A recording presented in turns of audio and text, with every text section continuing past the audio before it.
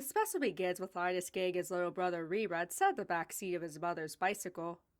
Yesterday we only hit 4 parked cars. How the hell has this kid not died yet? In fact, his mom is doubly irresponsible considering Rerun isn't even wearing a helmet. Also, half the time I can't even understand what he's saying. Today it's Welfare League and a church breakfast. One thing that I can't understand, though, is that his mother is going to an Arbor Day committee meeting. Which is important, considering this is what this special is all about. The next scene has Sally anxiously sitting in class. I sure hope Miss Ockmeyer doesn't call on me. Well, I'm sure that you shouting in the middle of class is going to increase your chances of getting called on. Surprise, surprise, she gets called on and answers a question about Arbor Day dead or wrong. Now she has to write a report on Arbor Day and see Linus go to the library for research. Meanwhile, Snoopy takes a gander at a book about dog obedience, which for some reason he finds hilarious. It's also a gag that's copied pretty much frame by frame from the movie Snoopy Come Home.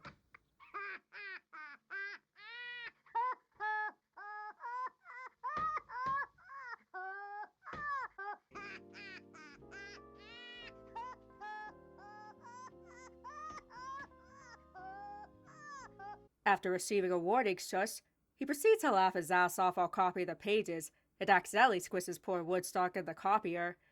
He's then promptly kicked out of the library for causing a disturbance. At least he isn't the subject of canine discrimination this time. At another table, Linus is reading off Arbor Day facts, while Sally cares about swooning over him. She then proceeds to chase after him out of the library, listing off all the ways he wants to make him the object of her affection. Coincidentally, Peppermint Patty and Charlie Brown are sitting together under a tree, discussing the paradoxical nature of love. For some reason, Peppermint Patty thinks that Charlie Brown is a perfect person to explain love to her.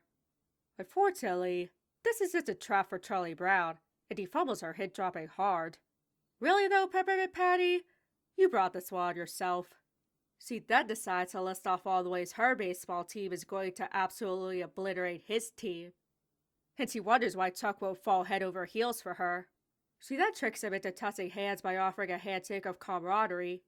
Does that count as sexual harassment? Later, Linus and Sally are off to do some gardening, and Sally shouts at the top of her lungs how everyone should participate in the spirit of Arbor Day. You know, planting a tree, flowers, and stuff like that. Lucy thinks that sounds awesome, and decides to tag along. It turns out that the spot where Sally wants to do some planting is Charlie Brown's baseball field. Linus objects, but of course Lucy is gung-ho about the idea. Meanwhile, Charlie Brown comes by Linus and Lucy, the latter of whom says they're going to spruce up the field in time for the new baseball season. And seeing as how she refuses to tell him what her actual intentions are, she knows damn well what she's doing is wrong. This includes planting a tree right on top of the pitcher's mound. Eventually, she recruits all the neighborhood kids into giving the ball field a makeover. I guess they figure that since they aren't going to be winning any games anytime soon, they might as well put the field to some positive use. Considering that creeping vine almost choked Snoopy to death though, maybe it's not the best idea.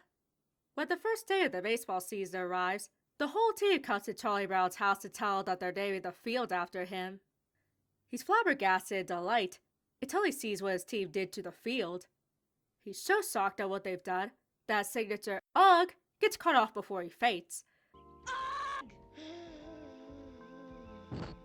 Once he wakes up, he's understandably pissed. Sure, it looks great for a garden, especially considering it was all kids that made it, but not exactly ideal for playing baseball on. But surprisingly, Peppermint Patty is also quite irate at the sight. This is the craziest thing you've ever done. Bitch, quit blaming him for everything under the sun that goes wrong. Seeing as how the show must go on, or the game in this case, things proceed as planned. It all goes quickly amiss, however, as Peppermint Patty finds it damn near impossible to share a pitcher's mound with a tree. Then Snoopy gets coiled up by the sentient creeping vine. What the hell did these kids plant? Linus then gets tangled up in his blanket when trying to hit the ball, but that was his own damn fault. Can't you tie that thing around your waist or something? Meanwhile, Schroeder promises to give Lucy the biggest kiss she's ever had if she manages to get a home run. If there's one thing that I should have learned a long time ago, though, is that you don't tempt fate in the Charlie Brown universe. To the surprise of no one watching this, Lucy hits a home run, It's Schroeder keeps his end of the bargain. However, she probably calls it off once he sees his lack of enthusiasm. Beggars can't be choosers, Lucy. Now it's time for Peppermint Patty's team to go up to bat. Franklin hits the ball, but it's promptly out thanks to the Scarecrow. Pretty sure that's cheating. Marcy then successfully hits the ball as well, only for it to be caught by a passing rerun. Pretty sure that doesn't count. Peppermint Patty then hits the ball hard enough for Charlie Brown's clothes to fly off. At least he hasn't had a PTSD flashback with the kite-eating tree yet. Meanwhile, Lucy and Free are too busy speaking in tongues to notice the ball right at their feet. Peppermint Patty then gets out because she can't find all the bases in the foliage. After that, Charlie Brown's team continues to strike out Peppermint Patty's team thanks to the new garden decor. As you could probably imagine, Charlie Brown is over the moon about finally winning a game. I guess the fact that his team is incompetent without pretty much cheating doesn't matter to him. That's why they decide to tempt fate for a second time, by claiming there's no way they'd get rained out. No points for guessing what happens next. It rains so hard, in fact, that the water has become deep enough to swim in. At least it's good for the crops, Charlie Brown. Well, crops aren't worth much if they all get swept away. Somehow, though, the plants survive the flood, and Sally passes her report with flying colors. We then end with Charlie Brown counting his blessings of having a garden baseball field named after him.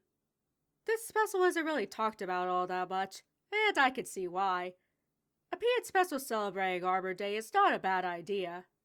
Execution-wise, though, it's a bit rough. It's clear that they wanted a more edutainment kind of angle by talking about the origins and purposes behind Arbor Day. But unlike Linus's famous Christmas speech, there's no emotional punch to any of it, and listing off Arbor Day facts doesn't really leave much of a lasting impact. There's also not really a clear moral, despite its intention of wanting to spread the importance of Arbor Day. I mean, are they trying to say we should play a bunch of crap on baseball fields because it can make it easier to win games? Actually, watching a baseball game on a field covered in vegetation sounds pretty interesting. But it's all a moot point anyways, considering this is the first and last time we see Charlie Brown's baseball field like this. Maybe if it was about the kids trying to revitalize an empty plot of land, while learning about caring for a garden, it would have been more appropriate. Hell, we had that throwaway line about the Arbor Day committee that Rerun's mom was a part of. That could have played a role in the story. Perhaps this Arbor Day special's meh quality could be chalked up to it being something of a product of its time. As in, I don't think there were many full episode length PSA cartoons at the time. In comparison, the cancer special Why Charlie Brown Why in 1990 was much better at getting its message across. And with the recycled animation and reversed audio, I can't help but think that this might have been something of a network-mandated special. It was rushed out the door. Still, it is well-intentioned, and far from the worst PSA cartoon you could show to kids. In conclusion, happy Arbor Day.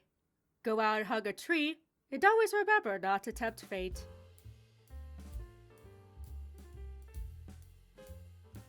Thanks so much for watching.